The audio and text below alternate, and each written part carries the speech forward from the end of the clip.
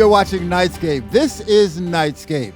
News, notes, and commentary from the 62nd session of the General Conference from St. Louis, Missouri. Thank you for joining us. Before we get into our hard news and some of the things that are happening today, and the news is coming very, very fast because the nominating committee is sending in large groups of names as they move through their impressive docket to try to send names to the floor for a vote. But I wanted to just take a moment to show you something that I'm very impressed with, and that is the fact that the Adventist Review produces one of these each and every day of the General Conference session. Now, as much work as it takes to do social media and television and video, the production of one of these magazines each and every day is a major task that the Adventist Review does each and every day. While we sleep at night, the Adventist Review personnel, they're up working, slaving, taking things to the printer so that every morning we get a new General Conference bulletin. And as you can see, this is a fairly thick undertaking, really, really well done. So our hats go off to our brothers and sisters at the Adventist Review for producing a very impressive full-color bulletin each and every day of the General Conference. This is major, major work, and we're so happy that they're doing that because it gives us a hard copy of what's happening during the General Conference session. And this is something that we're all getting at our desk every morning, and it gives us an idea of what's going on. As for the news for this particular session, many, many things are happening. I want to run through some of the housekeeping things before we go into some of the votes that are going on the floor. But as we look at the housekeeping sort of wonky end of the General Conference, the business session, the vote came to the floor for the secretaries and treasurers of the various divisions of the General Conference. And we want to read their names. And again, I'm praying that I don't butcher some of these names up because, as Pastor Bohr said yesterday on the program, these names let us know that we are part of a worldwide institution because these names are selected from the various areas that are part of these various divisions. So here we go. East Central Africa Division. The elected secretary is Moses Maka, M-A-K-A, maybe Maka, maybe Maka, M-A-K-A. The treasurer is Johannes Olana, B-E-Y-E-N-E, Bayen. Johannes, forgive me if I'm torturing your name, but he is the treasurer. These are from the East Central African division, and these are fairly large divisions, some of the largest divisions in the Adventist Church. Then we've got the Euro-Asia division. The secretary is Ivan Velgosha, V-E-L-G-O-S-H-A. The treasurer is Oleg Vonyarnyuk, V-O-N-V-O-R-O-N-Y-U-K. That's the Euro-Asia division. Then we have the Inter-European division. The secretary is Ruben de Abreu, A-B-R-E-U. The treasurer is Norbert Zenz, Z-E-N-S. That is the Inter-European division. Next, we have the Inter-American division. The secretary, Pierre, C-A-P-O-R-A-L, Corporal. That is the Inter-American division. And next, we have the South Asia Pacific division. The secretary is Samuel Yotum Bindosano, B-I-N-D-O-S-A-N-O, and the treasurer, Jacinto M. A-D-A-P, Adap. And we thank him for his service. Next, the Trans-European division. The secretary, Robert, this is a tough one, Sizmadia. I'm thinking it is Chismadia or Cismadia. He is the secretary for the Trans-European Division. The treasurer, Nenad, Nenad Jepuranovic. Jepuranovic. And we conclude today with the West Central African Division, the Secretary Vincent Roger Sane or Same, S-A-M-E. It could be same in English. It is probably Same or Sami. Vincent Roger Same, West Central African Division Secretary, and the Treasurer for the West Central African Division is Sarfo Marfo Dixon. S-A-R-F-O, Sarfo, M-A-R-F-O, Marfo, and Dixon, D-I-C-K-S-O-N.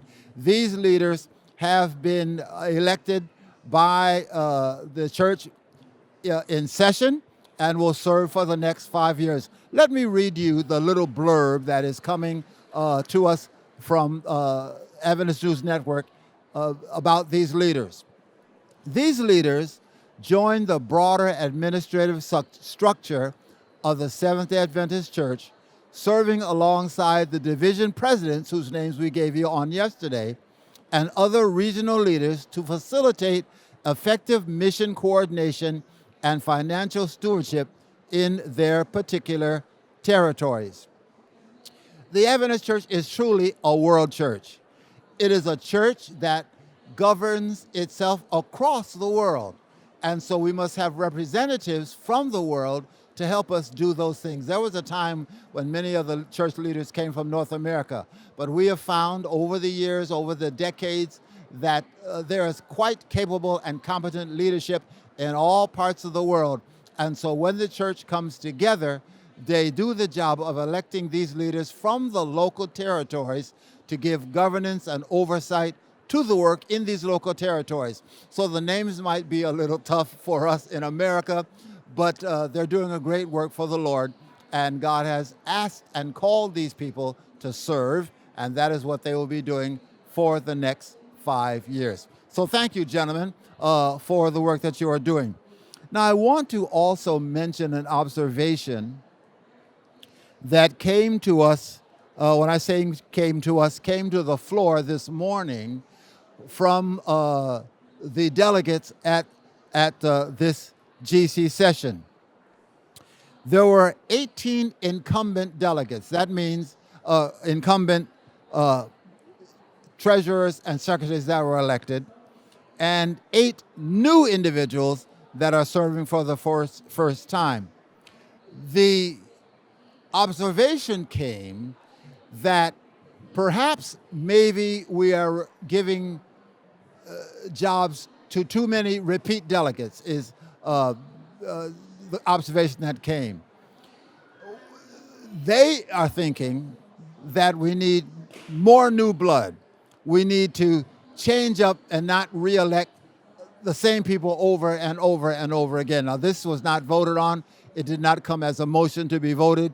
It was just an observation made by someone from the floor who said we need to give younger people a chance to grow into these positions, to serve in these positions, and maybe the church would do well to look beyond the borders of the current pool of people when we are restaffing these positions and try to get other new people with new ideas in these positions. It was something that was, again, not voted. It was not made as a motion, but it was something that came to the floor and was discussed by any number of individuals on the floor in the general session this morning.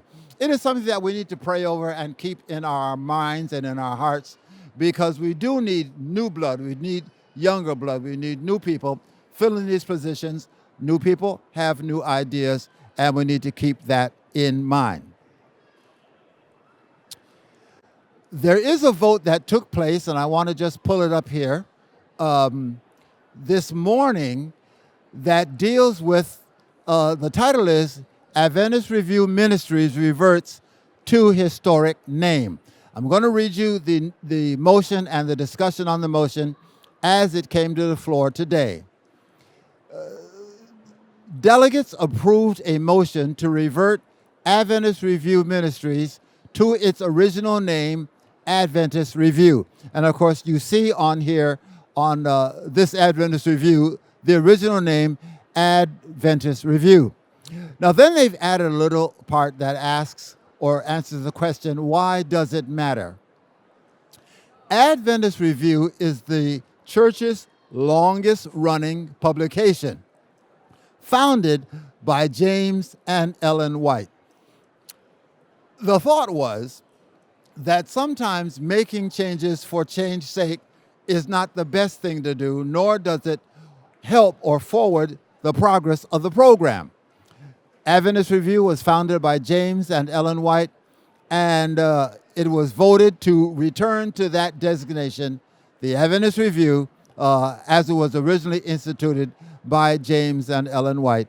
So we have that understanding also that came by vote today.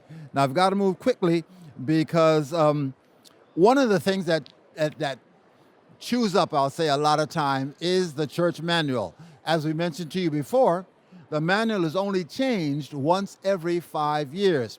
It has to be voted at a General Conference session as per the Constitution and bylaws of the church. So when these changes come up, there's usually a lot of effervescence, a lot of energy for these changes because people have much to say. They've gone through many committees, and it consumes a lot of time, and there's also a lot of debate. So I want to run quickly in the last few minutes that are left to me before we go to our features and our stories and our ENG interviews to run some of these things by you. There was a review of redemptive ministries. Now, I don't have time to go all of that, but one of the things that the church is wrestling with is retention of its members. We are baptizing many, many members, but we are also losing far too many members each and every year. And so one of the things that the church wrestled with was how to redemptively retain and reclaim new members, or rather members that were baptized into the church and need to be reclaimed and retained. And so a vote was taken dealing with that, and I don't have time to read the whole thing, but suffice it to say that the church is doing the best it can, not only to baptize, but also to reclaim and retain its membership. There was some discussion this morning, and we were surprised that it engendered so much discussion, but in dealing with the TMI initiatives that have been fostered this particular quinquennium, dealing with the word discipleship and discipleship making. Some of the delegates thought that discipleship was not a precise enough term, and I'm looking for some of that language just now, but they voted on adding the word disciple making over discipleship. They thought it was a cleaner term. Here's a statement from one of our delegates from the Netherlands. She said, "I love definitions, and discipleship and disciple making are not the same in my mind." This is Ingrid Winingaard. She's from the Netherlands and the Trans-European Division. So there were others who agreed in that. So here's the motion. The motion, a directive to amend the church manual, replacing the term discipleship with disciple making or making disciples wherever it is appropriate. And that was voted. It was passed to use now the term disciple making or making disciples as opposed to the flat term discipleship.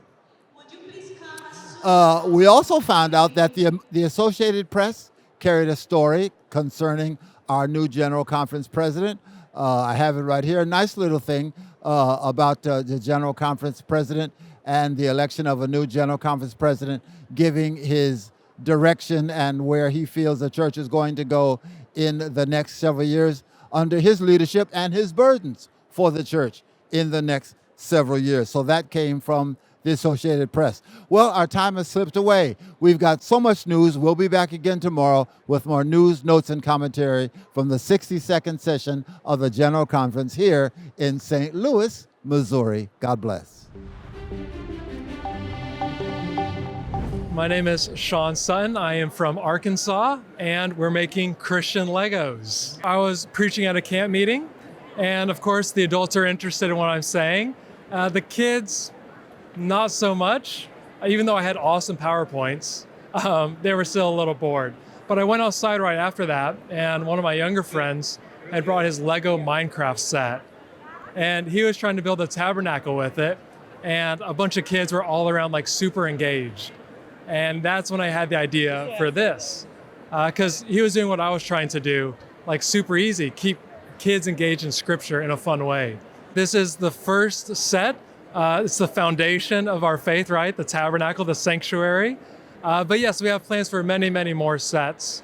Right now, everyone wants a nativity set for Christmas. Everyone wants David and Goliath, Daniel in the Lion's Den, all of those stories. And we want to do all the stories eventually. And most kids, like, if they see something different or like this, like, it's very, very easy. They just come right up. These kids were coming up playing with the sheep and the goats and checking everything out. So yeah, that's kind of what I would do. And I'd probably show them our video. We have this awesome animation. Kids, their eyes get glued to this screen. They're like, whoa, this is amazing. But it's just the high priest explaining how the tabernacle points to Jesus. It is only available for pre-order right now. But like I was just saying, I'll be going to China right after this to begin manufacturing. So we'll have inventory around November. But if you want to stay in touch and get a discount, you can go to BibleBricks.com and you'll find all the information there. You can pre-order, get your discount, and keep up with what's going on. If you just want to spread the word, follow us on social media, share it around, and just, creatively play with your kids and share your faith like that. That's what really sticks with them. It's not sitting in a classroom, 8 hours a day, just reading, right? Reading's great. I love reading. I'm a nerd, but make it fun too. So that's the goal with Bible Bricks. And let them make me a sanctuary, that I may dwell among them, according to all that I show thee, after the pattern of the tabernacle and the pattern of all the instruments. What? You think this part of the Bible is boring? Oi, come on, Butler. Let me show you how incredible it really is.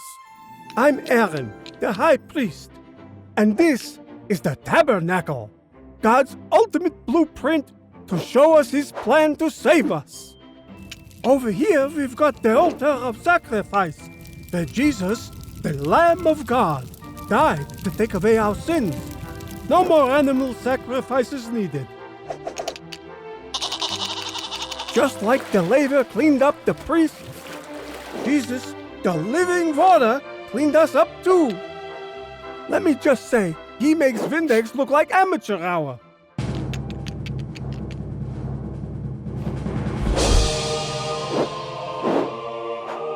And the breath of life, Jesus, sustains our souls like Bubby's fresh challah. And this golden beauty, Jesus is the light of the world.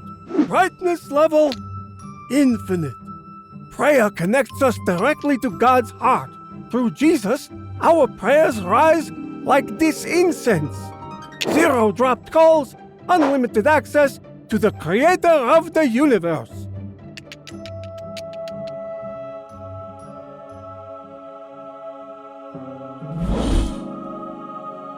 Just as the brightness of God's glory, the Shekinah, was manifested here, so is Jesus the brightness of the Father's glory.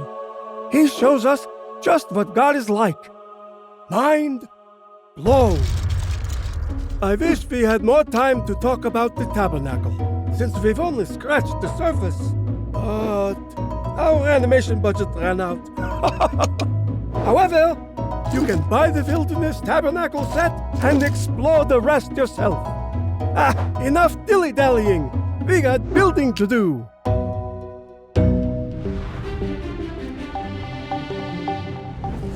Hello, my name is Joy Owens. I am the current owner of Butler Travel. Butler Travel is a ministry that specializes in getting you to where you need to go.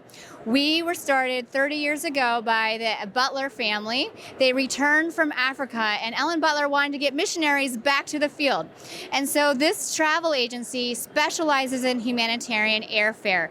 We work with churches, schools, organizations trying to get their missionaries over for long-term missionaries or short-term missionaries who are just going for a week working at a church or building a church or doing a school project, medical missionary, etc. We have humanitarian airfares, which is really great for those missionaries who are wanting to go and bring 3 bags with them. It also allows for flexibility in cancellation. We also specialize in getting groups where they need to go. So if you've got 20 people from your church or from your school and you're trying to go on a mission trip, that's kind of complicated to organize all those flights. So our job is to make your job easy by letting us take care of those complicated tickets. You can find us at butlertravel.com, or you can send us an email at info@butlertravel.com, and we would love to make your travel seamless and that booking process easy. My name is Lee Wellard, and I'm from Kentucky, but we're just about moving to Arizona. I work with LIGHT, Lay Institute of Global Health Training, so we're involved in training and mobilizing church members into medical missionary work. So there's one of their courses, they have 4 courses, and one of those courses is teaching herbal remedies. So I'm a herbal instructor, and so I'm a naturopath and herbalist, and so I'm involved with LIGHT, and we also have our own ministry called the American Herb Shop, and we make, manufacture, and teach herbal remedies around the country and the world, actually. So LIGHT is here to really connect with other ministries and people who have an interest in learning medical mission work and also wanting to use that as a way to reach souls for the kingdom. So LIGHT is worldwide, and they have training schools all around the world.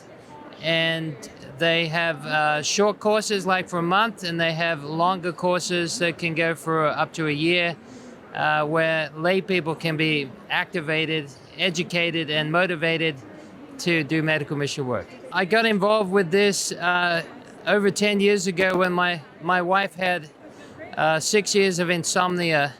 She couldn't sleep past midnight for nearly 6 years, and so she was progressively getting worse.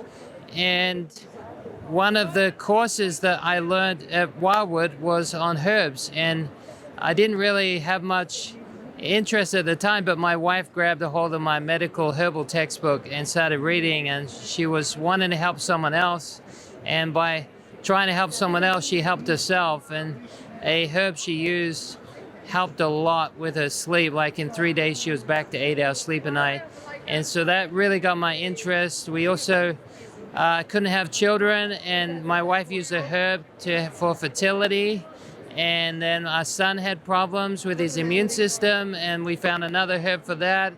And then I did studies in herbs, and basically became full-time teacher of herbal medicine for the last 10 years. So that's been a little journey, and it's opened up some amazing opportunities. We've had a lot of people already have bought our herbs over the years, and they come back and see us here, and they want to buy some more. So yeah, it's been a great place to network and meet new people. Go to the website for LIGHT. It's www.lightingtheworld.org, and they can find the courses online and information that they need to make a decision. And then my website is www.americanherbshop, and that's HERB for herb, and then shop is SHOPPE.com. It's the old English word for shop. And we have products online. We have more information, videos, and materials. And we teach people actually how to do what we do.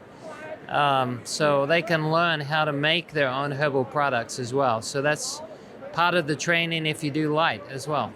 God said that the leaves are for the healing of the nations, and God created the herb for the service of men, and that means ministry. The herbs minister by giving, and so it's a great privilege to be able to share and educate others on simple remedies.